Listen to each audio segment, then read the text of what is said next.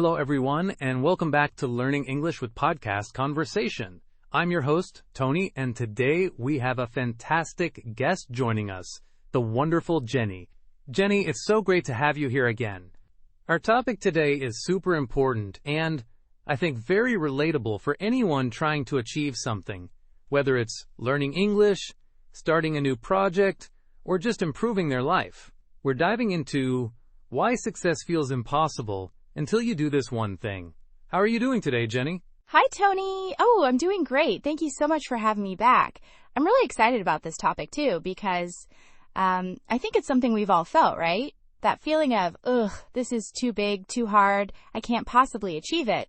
It's a very common human experience, and I'm really looking forward to unpacking this one thing with you and our listeners. I'm sure it will be inspiring. Absolutely, that feeling of being overwhelmed, or as if success is just this distant, unreachable star. Many people, myself included, have definitely been there. You have a big goal, you look at it, and it just seems impossible. It's like standing at the bottom of a huge mountain and seeing the peak, but having no idea how to even take the first step. So, Jenny, what do you think is at the core of this feeling of impossibility? Why do we often feel so stuck? That's a great question, Tony. I think it often comes down to a few things. First, we tend to look at the finished product or the big success of others, and we compare our messy beginning to their polished end. We see someone fluent in English and forget all the hours they spent studying. Second, we often try to plan everything perfectly before we even start. We want a perfect strategy, a perfect time, a perfect everything. And, of course, that perfect moment never really arrives, does it? So we get stuck in analysis paralysis, just thinking and thinking, but not doing. Analysis paralysis. That's a perfect phrase for it. It's like you're so busy preparing for the race that you never actually step onto the track. And the fear of making mistakes, I think, plays a huge role too. We don't want to look silly or fail, so we just don't try. We prefer the safety of not starting over the risk of not succeeding. It's a powerful barrier, isn't it? So, knowing all this, what is this one thing then that can break us out of this cycle and make success feel, well, possible? Okay, drum roll, please. The one thing that changes everything, in my experience, is quite simple, but incredibly powerful. Taking the first, imperfect, tiny step. That's it. Just start. Don't wait for perfect conditions. Don't wait until you know everything. Don't wait for motivation. Just pick one incredibly small thing you can do right now and do it. It's about overcoming the inertia, that feeling of being stuck, by creating a tiny bit of momentum. It's like pushing a really heavy car. The first push is the hardest, but once it starts rolling, it gets easier. Wow, I love that analogy, Jenny. Pushing a heavy car. It really resonates. So it's not about a grand plan or a sudden burst of genius, but literally just putting one foot in front of the other, even if that foot is shaking a little bit? That sounds almost too simple, doesn't it? But I can see how it would be effective. Could you give us an example of what a first, imperfect, tiny step might look like in a real-life situation? Of course. Let's say your big goal is to learn English fluently, which is probably a goal for many of our listeners. That can feel very, very impossible. Where do you even begin? Instead of saying, I need to study for 2 hours every day, which might feel overwhelming, a first, imperfect, tiny step could be, today, I will listen to one English song lyric for 5 minutes, or I will learn one new English word, or even, I will open my English textbook. Not, study for an hour, just open it. It's so small that your brain can't argue with it. It feels achievable. I see. So it's about reducing the mental barrier to almost zero. Instead of a huge commitment, it's a commitment so small it almost feels silly not to do it.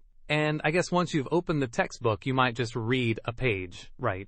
Or once you've learned one word, you might look up another. It's like you trick your brain into starting. That's actually quite clever. So the key is truly the tiny aspect, making it almost impossible to fail at taking that first step. Exactly. It's about winning that very first small battle against procrastination. And once you win that, you feel a little sense of accomplishment. That feeling, that tiny win, creates a small spark of momentum. And momentum is magic. It makes the next tiny step a little bit easier. Suddenly, opening the book every day doesn't feel like a chore. It becomes a natural part of your routine. And before you know it, you're not just opening the book, you're actually reading chapters. doing exercises, and making real progress. That's so true. I've experienced that myself. When I was starting this podcast, Learning English with Podcast Conversation, I remember thinking, oh my goodness, I need to plan episodes, find guests, learn editing software, promote it. It felt like a mountain. But my tiny step was just to record 5 minutes of myself talking about a random topic. No script, no perfect microphone, just my phone. And it sounded terrible, really, but I did it. And that felt like a victory. Then the next day, I thought, okay, maybe I can just learn how to cut out one mistake in editing. And slowly, it built up. If I had waited until everything was perfect, this podcast wouldn't exist. Oh, that's a brilliant personal example, Tony, and it really highlights the imperfect part of the one thing. It doesn't have to be good, it just has to be done. I remember when I wanted to learn how to paint. Just for fun, you know? I looked at all the amazing artists on Instagram and felt completely overwhelmed. My first, tiny, imperfect step was literally just buying a cheap set of watercolors and a small sketchbook. I didn't even paint anything that day. Just bought them. The next day, I opened the book and made some lines. They were horrible. But I did it. And now, years later, I have a wall full of my own paintings. Some of them not too bad. Ha-ha! Wow, that's incredible, Jenny. From just buying the watercolors to a wall full of paintings. That really shows the power of starting small and consistently building on it. It's not just about the first step then, is it? It's also about what comes after that first step. How important is consistency once you've taken that initial leap? Consistency, Tony, is absolutely crucial. The first step creates momentum, but consistency keeps it going. Imagine you're trying to build a wall. You lay one brick. That's your first tiny step. Great! But if you only lay one brick and then stop for a month, you don't have a wall. You just have one lonely brick. But if you lay one brick every single day, or even a few bricks every day, consistently, then slowly but surely, that wall starts to grow. It's the daily, small, often unglamorous actions that add up to something significant over time. That makes so much sense. So the one thing isn't just about starting, but about starting and then continuing to do those tiny things regularly. It's like brushing your teeth. You don't wake up one day with perfectly clean teeth. You brush them every day, and over time, they stay healthy. I think a lot of people expect immediate, massive results, and when they don't see them, they get discouraged and stop.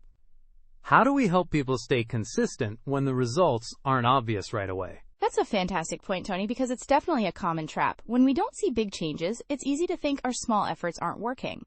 One strategy I find helpful is to shift your focus.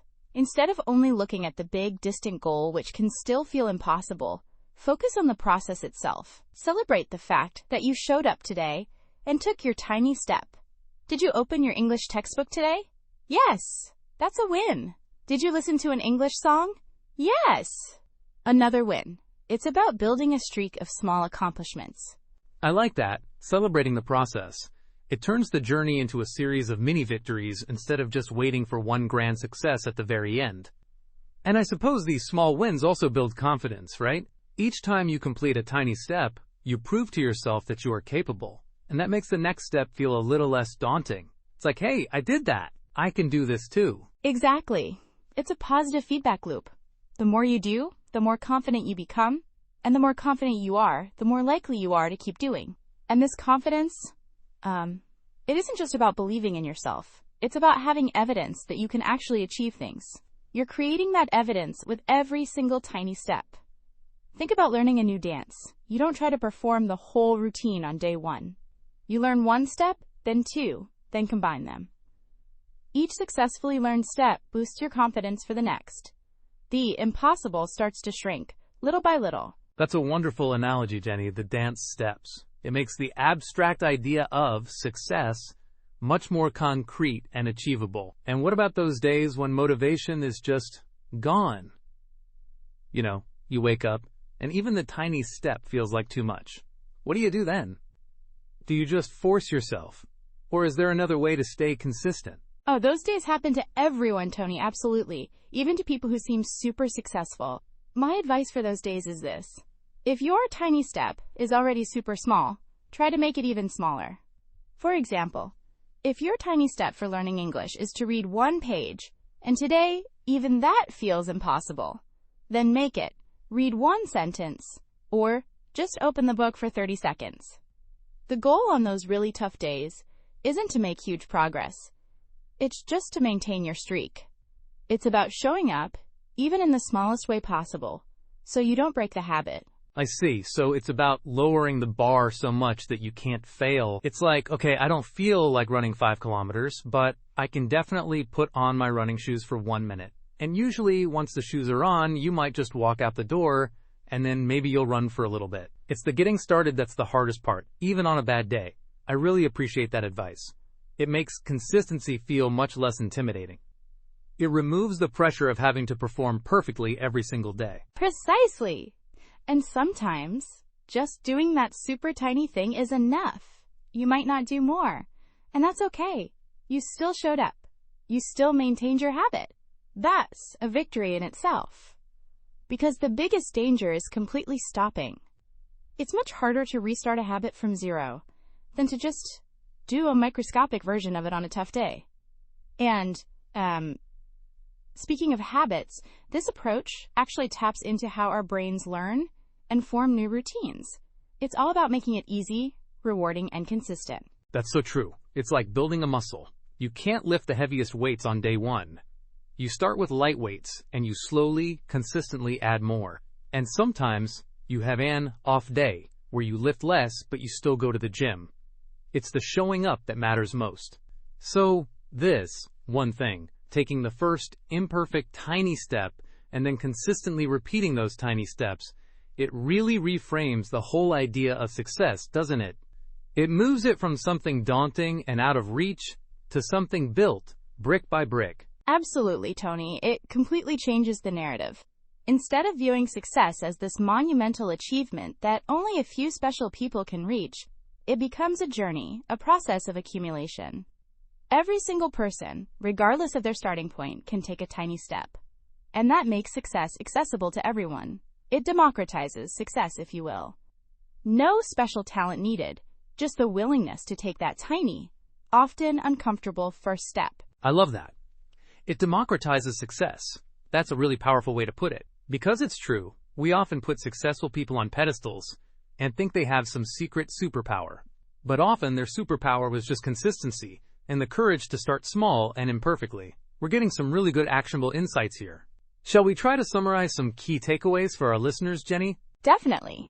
I think that's a great idea. I have a few points that really stick out to me about making success feel possible. My first key takeaway would be, don't wait for perfection. Just start. Seriously, perfection is the enemy of progress. Your first attempt will likely be messy. And that's not just okay. It's actually part of the learning process. Embrace the messiness. Embrace the imperfection. The goal is to start, not to be perfect immediately. I completely agree with that, Jenny. Perfection is the enemy of progress is such an important truth. My second key takeaway would be, break down big goals into tiny, manageable steps. Make those steps so small that you almost can't say no to them. If learning English feels too big, then learn one new word is your tiny step. If exercising daily feels too big, then do one push-up or walk for 5 minutes is your tiny step. The smaller the step, the easier it is to start, and the more likely you are to build that crucial momentum. Yes, absolutely. Breaking it down is critical, and that leads perfectly into my third point. Prioritize consistency over intensity. It's far better to do something small every single day than to attempt a massive effort once a month. Those tiny, consistent actions, repeated over weeks, months, and years, are what truly add up to significant success. Remember the brick wall analogy. One brick every day builds a wall faster than 100 bricks once a year. That's a powerful reminder, Jenny. Consistency really is the secret ingredient. And I'd like to add a fourth point, which I think is really important for motivation. Celebrate your small wins. Each time you take a tiny step, acknowledge it. Tell yourself, hey, I did it. This positive reinforcement builds confidence and makes you more likely to continue. Don't wait until you've reached the finish line to feel good about your progress. Every tiny step forward is a victory worth celebrating, no matter how small. Oh, I love that one, Tony. Celebrating small wins is so underrated, but it's incredibly effective for keeping motivation high and proving to yourself that you are making progress. It's like, giving yourself a little mental high five. And my final key takeaway, which kind of ties everything together, would be focus on the process, not just the outcome. The outcome will come if you consistently engage in the right process. Enjoy the journey of learning, growing, and doing. That shift in mindset can make the whole experience much more enjoyable and sustainable. Those are fantastic takeaways, Jenny. Focus on the process is such a profound point because it helps manage expectations and reduces that overwhelming feeling. You're not responsible for the ultimate outcome immediately. You're responsible for showing up and doing the next right tiny thing. That's a much lighter burden to carry. This has been such an inspiring conversation. I feel like I have renewed energy for my own projects. Me too, Tony. Talking about it always reinforces these principles for me. It's easy to forget them when you're in the thick of things and feeling that familiar overwhelm. But coming back to this idea of the first imperfect tiny step really clarifies things. It's like a mental reset button. It reminds us that progress is always possible, no matter how stuck we feel. Absolutely. And for all our listeners out there, especially those on their English learning journey, remember these points. If learning English feels impossible, just pick one tiny imperfect step you can take today. Maybe it's listening to one more minute of this podcast, or perhaps writing down one new word you heard. Whatever it is, just start. Don't wait. Your future self will thank you. Yes, please do. And remember, every expert was once a beginner. They didn't start perfect. They started, and then they kept going, one tiny step at a time. So be kind to yourself, embrace the learning process, and just keep taking those small, consistent actions. You've got this. What a perfect way to end, Jenny. Thank you so much for joining us today on Learning English with Podcast Conversation. Your insights have been truly invaluable. And to all our listeners, thank you for tuning in. If you enjoyed this episode, please remember to like, share, and subscribe to our channel for more inspiring English learning content. We'll catch you next time. Thank you, Tony. It was a pleasure, as always.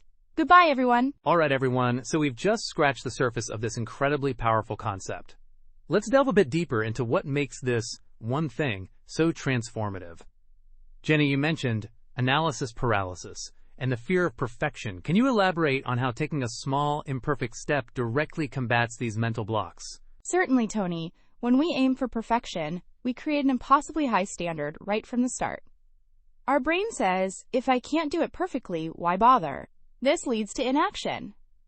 But when you tell yourself, I just need to take one tiny, imperfect step, you bypass that perfectionist voice. You're giving yourself permission to be bad at something initially, which is actually a crucial part of learning. It's like, learning to ride a bike. You don't expect to be a professional cyclist on day one.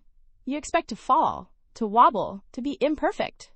The small step is simply getting on the bike, wobbling, and trying not to fall immediately.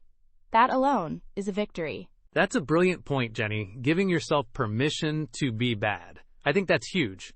We often see mistakes as failures, when in reality, they're just data points, right? They tell us what we need to adjust or learn. If you never take the first step, you never get that data, and therefore you never learn or improve. So these imperfect steps aren't just about starting. They're also about collecting valuable information for the journey ahead. Absolutely. Think about inventors, for instance. Thomas Edison famously said, I have not failed 10,000 times. I've successfully found 10,000 ways that will not work. His tiny steps were experiments, many of which didn't achieve the desired outcome immediately. But each failure was an imperfect step forward, providing crucial information. For us, learning English, if we try to say a word and pronounce it incorrectly, that's not a failure. It's an imperfect step that helps us refine our pronunciation next time. It's about iteration, not instant perfection. That's a fantastic perspective. Iteration, not instant perfection. I really like that. It also takes away a lot of the pressure. So when someone feels completely overwhelmed by a large goal, what's a practical exercise they can do right now to identify their first tiny imperfect step? Let's say someone wants to start their own small online business, and it feels like a monumental task. Okay, that's a perfect example, Tony, because starting a business sounds like a million steps. My suggestion would be to take out a piece of paper or open a note on your phone. Write down the big goal at the top. Start online business. Then, underneath, ask yourself, What is the absolute smallest thing I can do related to this goal that would take me less than 5 minutes? Don't overthink it. It could be research one competitor, or think of one product idea, or draw a logo idea on a napkin. For an online business, it might even be as simple as open a free email account for my business idea. The key is that it's actionable, incredibly small, and starts now. I see. So the exercise is essentially to strip away all the complexity and just find the absolute most basic action. It's about cutting through the noise and focusing on pure initiation. And once that first tiny step is identified and completed, what's the next immediate thought process? Do you immediately look for the next tiny step, or do you pause and acknowledge the achievement? Both, actually. First, you absolutely acknowledge the achievement. Give yourself that mental high five. Yes, I did it. This reinforces the positive behavior. Then, almost immediately, you can think, what's the next tiny step? But here's a crucial point. It doesn't have to be a big jump. It can be another tiny step. For the business example, after opening the email, the next tiny step could be send one test email to myself from this new address. Or think of 2 more product ideas. Keep the momentum going with another small, easy win. The idea is to build a chain of these small successes. That makes sense. It's like building a positive habit. Each small action reinforces the belief that you can do it, and it makes the next small action easier. And I think this concept also ties into reducing the anxiety associated with big goals. When a goal feels impossible, it often triggers fear and anxiety. But by breaking it down into tiny, actionable steps, you're not facing the whole mountain. You're just facing one small pebble at a time. Precisely. It lowers the emotional stakes. When the step is so small, the fear of failure is also tiny. What's the worst that can happen if you just open your English textbook? Nothing scary. What's the worst if you just send a test email for your business idea? Again, very low risk. It's like dipping your toe in the water instead of trying to jump into the deep end immediately. It's a much gentler and less intimidating way to approach any challenge. I agree. It's a very compassionate approach to self-improvement and goal achievement. It acknowledges that we're human, we have fears, and we often get overwhelmed. This strategy is designed to work mixed with human psychology, not against it. And it's something anyone can apply, right? Whether you're trying to write a book, learn a new language, get fit, or even just clean your house. Absolutely, it's universally applicable. Think about cleaning your house.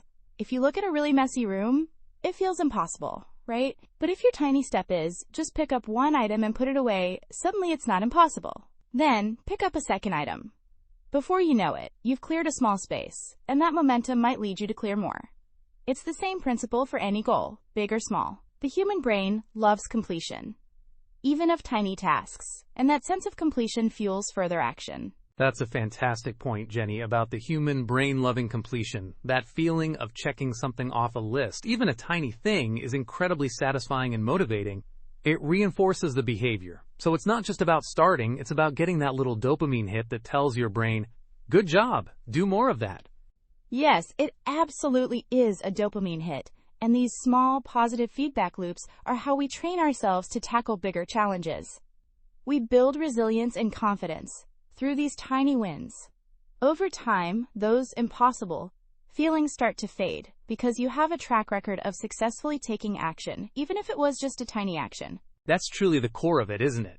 Building that track record. It shifts your identity from someone who can't achieve big things to someone who consistently takes action towards their goals. That identity shift alone is incredibly powerful, and it comes from these simple, tiny steps. Exactly. It's like you become a person who reads English because you read one sentence every day. You become a person who paints because you make one tiny brushstroke every day. You don't wait to be a painter to paint. You paint to become a painter. The action defines the identity, not the other way around. It's a subtle but profoundly impactful difference. Wow. You don't wait to be a painter to paint. You paint to become a painter. That's a profound statement, Jenny. That really encapsulates the whole philosophy behind this, one thing. It's about active participation, not passive waiting. And I think that's such a freeing concept for so many people who feel stuck. It really is. It takes the pressure off, but it also empowers you. It says, You have the power to start, right now, no matter how small. And that power, once unleashed through a tiny step, can grow into something truly magnificent. It's exciting to think about, isn't it? It really is exciting. And it makes me think about how often we overcomplicate things. We look for grand solutions, when often the answer is right there in the simplicity of just starting, just acting. This whole conversation really reinforces the power of micro-actions. Oh, absolutely. Sometimes the biggest breakthroughs come from the simplest changes in approach. And the beauty of this one thing is that it's accessible to everyone. You don't need money or special connections or even huge amounts of time. You just need a tiny bit of willingness to take that first, imperfect step. That's so true. It's truly empowering. So, just to recap for our listeners, the feeling that success is impossible often stems from comparing ourselves, wanting perfection, and getting stuck in planning. But the one thing that changes everything is taking that first, imperfect, tiny step and then consistently repeating those tiny actions. It's a game changer. Yes, a total game changer. And remember, consistency builds momentum, and momentum makes everything feel easier. Don't underestimate the power of showing up, even on your toughest days, even if it's just for 1 minute. That 1 minute can make all the difference in keeping your progress alive. Fantastic advice, Jenny. This has been such a rich and meaningful discussion, full of practical tips and inspiring thoughts. I'm sure our listeners feel much more equipped to tackle their own impossible goals now, especially those learning English, who might often feel overwhelmed by the sheer volume of vocabulary and grammar.